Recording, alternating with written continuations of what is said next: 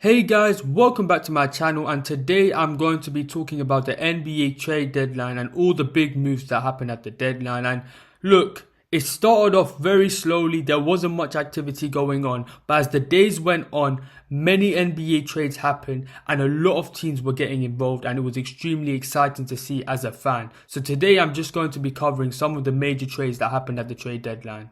And let's start off with the Eastern Conference. Which Eastern Conference teams made moves that impacted their team in a positive way? We'll find out. But before that, we need to talk about how Giannis Antetokounmpo absolutely fooled the entire NBA fan base. I mean, for the last couple of months, Giannis and trade rumors, they were synonymous with each other. Literally every single day you will hear Shams reporting about Giannis potentially leaving. So many news outlets, so many reporters were saying Giannis was about to leave. So many teams were rumored: the Golden State Warriors, the New York Knicks, the Minnesota Timberwolves. I mean, so many teams were up for Giannis. There was so much drama, there was so much conundrum. But at the end of the day, Giannis stayed at Milwaukee just like he does every single season, and he once again pump faked the entire NBA world. And to be honest, I don't know why we spent so much time invested into these trade rumors, because at the end of the day, it happens every single season and Giannis ends up staying anyways. And look, in my opinion, it was the biggest waste of everybody's time because Giannis ended up staying anyways. But now we're talking about the real business, the real trades that have happened. And we need to talk about the Cleveland Cavaliers because they had an absolute masterclass at the trade deadline. Obviously, they got James Harden from the LA Clippers, and James Harden and Donovan Mitchell. I mean, that duo is absolutely lethal. And in my opinion, it's a perfect pairing because James Harden, he can take up some of the ball handling responsibilities. He can be a primary facilitator. Obviously, James Harden, as the years have gone by, he's become a point guard. And I feel like the guys who are going to really benefit from James Harden coming into the Cleveland Cavaliers are Jarrett Allen and Evan Mobley. I mean, the pick and roll is going to be sensational. James Harden knows how to get the best out of his bigs. You look at Clint Capella at the Houston Rockets. You look at Zubac, who's had career years with James Harden. And I'm very certain that James Harden is going to get the best out of the Cleveland Cavaliers bigs. And also, two other moves that are significantly underrated. The Cleveland Cavaliers got Dennis Schroeder and Keon Ellis. Dennis Schroeder, he's an NBA veteran, a professional scorer, gives that scoring boost off the bench, and he's a very underrated defender. And then Keon Ellis, he's the perfect example of a 3-and-D player. Very good defender, active hands, very active as a defender, and he can shoot the three ball really well. So I feel like Cleveland, they done really well of retooling their roster, and they've got better at the trade deadline.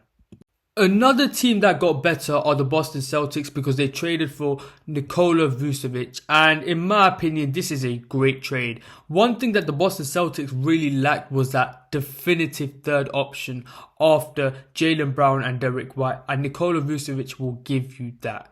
He can score 16 points a game easily and 10 rebounds. He allows the Boston Celtics to go back to that 5-out offense that won them the championship with obviously Al Horford and Kristaps Porzingis, because Vucevic can shoot the three. But Vucevic, he's such a versatile offensive player because he can shoot the three and space the floor. He can play in the post very efficiently. He can target mismatches. He can be an offensive hub. He's a very gifted playmaker as well. So I'm going to be very intrigued to see how the Boston Celtics are going to use Vucevic. But I know Joe Mazzulla, he's a great coach. He's going to put Vucevic in different situations to succeed. And look, if Jason Tatum comes back, I mean, this Boston Celtics team, they may as well be favourites in the Eastern Conference if JT comes back. But obviously, we do understand that the Achilles injury is very serious, and I hope that Jason Tatum fully recovers from it, and maybe he has to sit out the season. But even without Jason Tatum, the Boston Celtics still have a chance in the East, especially after making this trade. Moving on to another major winner of this trade deadline is the Washington Wizards, because they just acquired two superstar caliber players in Trae Young and Anthony Davis, and they really didn't give up too much, which is the craziest thing about these trades. And obviously Trae Young's value has decreased over the years, and Anthony Davis, due to injury, his value has decreased, but they really didn't give up too much to acquire these two superstars, so they definitely won, and I'm very excited to see how the Washington Wizards are going to do next season. Obviously, this season for the Washington Wizards is a write-off. They're trying to tank to get the highest possible pick possible. But next season, if they get a top 3 pick with Trae Young, Anthony Davis, and the young core they already have of Alex Sarr, who's balling out, Trey Johnson, Keyshawn George, this team looks absolutely scary, and I won't be surprised if they're a contender in the Eastern Conference next year. But on to the most confusing team in the NBA, the Chicago Bulls. Like, Chicago, what are you guys doing? What are you guys doing? Why have you traded for 60 guards? I mean, these are good quality guards. Colin Sexton, Anthony Simons, Jaden Ivey, Rob Dillingham. Great guards. But you can only have so many guards on your team. But to be fair to them, they have got some bigs during the trade deadline. Getting Nick Richards, Yabusele. Good quality bigs. They got a young wing in Leonard Miller. And I like this for the Chicago Bulls because their identity is completely different. They're a lot more younger now. But at the same time, I don't know what direction they're trying to go at. I'm not sure if the Chicago Bulls are trying to make the playoffs. I'm not sure if they're trying to tank. If I'm the Chicago Bulls, I'm doing everything in my power to tank. Because if you look at this draft class, it's generational. The amount of talent up for grabs is crazy. I have no idea why the Chicago Bulls aren't tanking, because they have no chance to win the NBA championship anyways. There's no point of making the playoffs. But with that being said, they have acquired some good quality players. I like their young core right now, but let's see how they do for the rest of the season. Moving on to the Milwaukee Bucks, and we all know the main talk when it comes to the Milwaukee Bucks was whether Giannis was going to leave or not, but I really like the moves they did at this trade deadline. First of all, the obvious guy, Cam Thomas, they got him, signed him as a free agent after he got waived by the Brooklyn Nets. I really like the signing for the Milwaukee Bucks. I think Cam Thomas can really thrive in this situation. We've seen that he's a professional scorer, one of the toughest shot makers in the NBA, averaged 24 points per game with the Brooklyn Nets one season, averaged 21 points per game for the last 3 seasons with the Brooklyn Nets.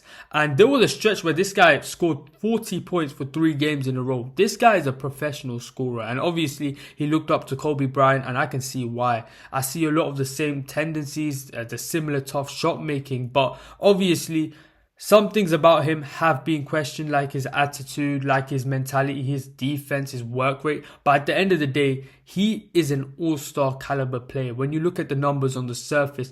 And I feel like he's a really good fit with Giannis, because if you remember Giannis and Chris Middleton, Giannis was the dominant one, and then Chris Middleton was a tough shot maker and took over in the clutch. And I feel like Cam Thomas can, really grow into that role with the Milwaukee Bucks. And then another guy the Milwaukee Bucks have got is Ousmane Dieng. He's like a 6'9", 6'10" wing who can put the ball on the floor, very fluid for his size, can shoot the 3.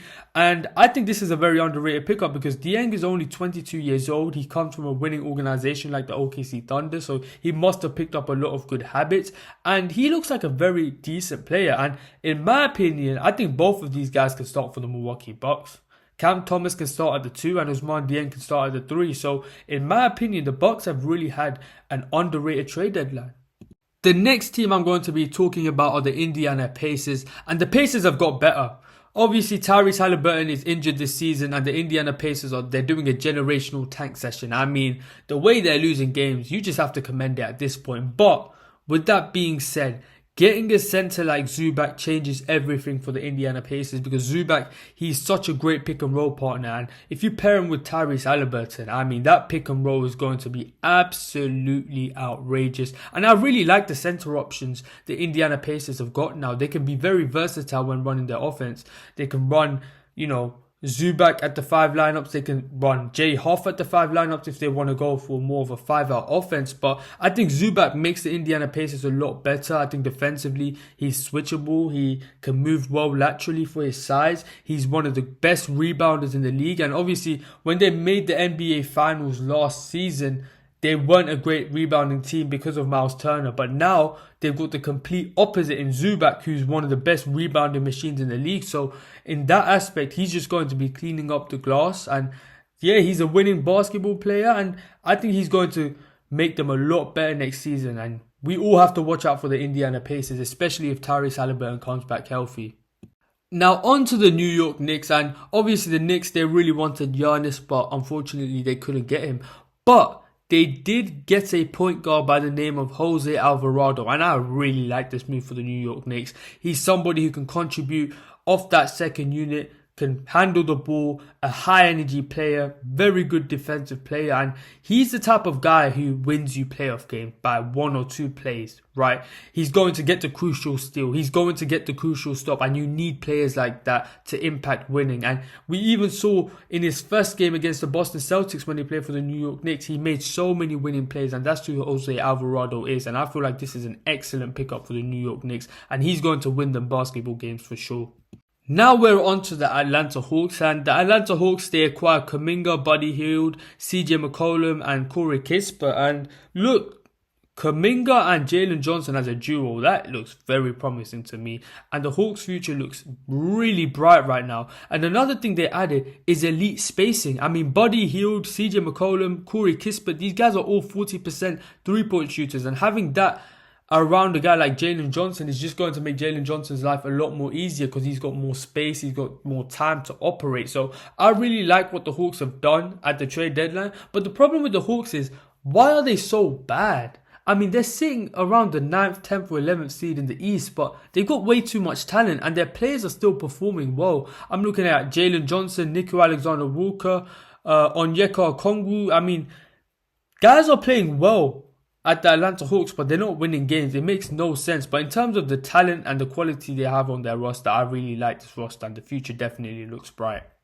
On to the Charlotte Hornets, who are the hottest team in the NBA right now. They're currently on a 9-game winning streak, and they've just added a player by the name of Kobe White to their roster. And look, this makes them even more dangerous. I mean, how much more firepower do you want on this roster? Kobe White, he can average 20 points a night on any given night, to be honest. So it's a really good trade. He's a guy who can get downhill, can create for himself, can create for others, and adding him to the core of LaMelo Ball, Brandon Miller, Konkanepo, Miles Bridges, Musa Diabete, like, I really like this trade for the Charlotte Hornets. They've got more scoring on this team, and currently they're on a roll and they're looking to push for a playoff position. So yeah, man, things are looking very promising for the Charlotte Hornets in a very long time, and adding a guy like Kobe White only helps. And now we're going to talk about the number 1 team in the Eastern Conference, the Detroit Pistons. What a season they've had. But at the trade deadline, they did not want to stay stagnant because they have traded for Kevin Huerter and Daniel Saric. And in my opinion, was it worth it? Jaden Ivey for Kevin Huerter? I'm not too sure because Jaden Ivey, he still was shooting around 40% from 3. Kevin Huerter is only shooting 31%, but Kevin Huerter, he is known to be a lethal shooter, and with a guy like Cade setting him up, I think his percentages will go up. But the scary thing that we're going to see with the Detroit Pistons is you got Cade bringing the ball up, and on one side you got Kevin Huerter, and on the other side you got Duncan Robinson. You got snipers around Cade, and that's just going to make them so much more dangerous. And this Detroit Pistons team, they're rolling right now. They're one of the best teams in the league, number 1 team in the Eastern Conference. I think they got the 2nd best record in the NBA. I think they got the same record as the OKC Thunder right now, if I'm not mistaken. So they're on a roll. So I think Kevin Huerter can definitely help them. But for me, personally, I would have kept Jaden Ivey because he just has a bit more to his game. Now that's the Eastern Conference done. Now we're moving on to the teams in the Western Conference. Starting off with the Golden State Warriors. The Golden State Warriors have gotten Porzingis at the trade deadline, and in my opinion, this was just a desperation move. Obviously, Jimmy Butler got hurt. He tore his ACL, and that was the worst possible scenario for the Golden State Warriors. But trading for Porzingis makes absolutely no sense because Porzingis is one of the most injury-prone players in the NBA. He's not available, but in terms of his quality and fit with the Warriors, I really like it. But the problem is he's never healthy. So, in my opinion, this just looked like a panic move. But hopefully Porzingis stays healthy and plays a lot for the Golden State Warriors. Because if he does, the Golden State Warriors definitely will have a chance to make some noise in the playoffs. The Lakers had quite a quiet trade deadline. But one thing they did add was a lethal shooter by the name of Luke Kennard. And look, Luke Kennard, he can shoot 40% from 3. He's a smart basketball player. He's got a bit of size to him, you know. It never hurts to add more shooting to your team. I think he's definitely an upgrade over Gabe Vincent, so I think it's good business from the LA Lakers.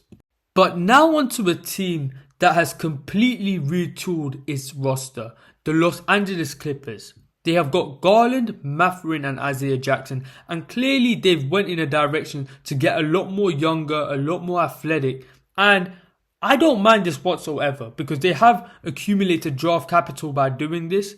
They've got younger, they've got more athletic, and the Clippers, they have some young talented players on their team. I look at Leonard Miller, I look at Kobe Brown, I look at one of their rookie centers who's balling out.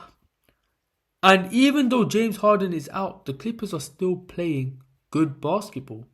So when you add guys like Garland, Mathurin in, what will the Clippers look like? That's the main question to me. But on the surface, I think Clippers fans were sad due to the fact that James Harden was balling, Zubac was balling, and them getting traded might ruin all the momentum. But I really like what the Clippers have done. I think they've been very proactive. They've got younger, they've got all-star caliber talent in Garland and Mathurin, and look, the Clippers are rolling without their guys. Like, they don't have Garland, Mathurin or Isaiah Jackson in their team right now. And they're still winning games. Imagine when they add these guys. I think the Clippers are going to be dangerous. For sure. And I like what the Clippers have done here. Moving on to another team that made major moves in the trade deadline and was a major winner. The Utah Jazz. Because they traded for Jaren Jackson Jr.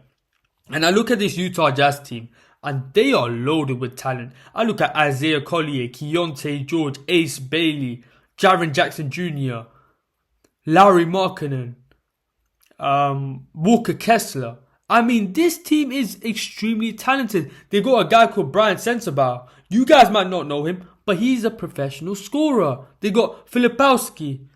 They got a very good team down there at Utah, man. They're stacked with talent, and they can go big if they want to. They can go small. They got so many options. If they want to go big, cool. Keontae George at the 1, Ace Bailey at the 2, Lowry at the 3, Jaren Jackson at the 4, Walker Kessler at the 5. Cool, let's go small.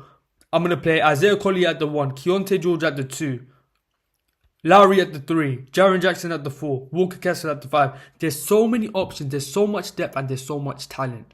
And this team can definitely make noise in the West because they definitely have the talent to do so. The OKC Thunder continue to be the smartest team in the NBA, and I fear that Sam Presti has once again pulled off one of the biggest heists of the NBA trade deadline because the OKC Thunder have just gotten Jared McCain.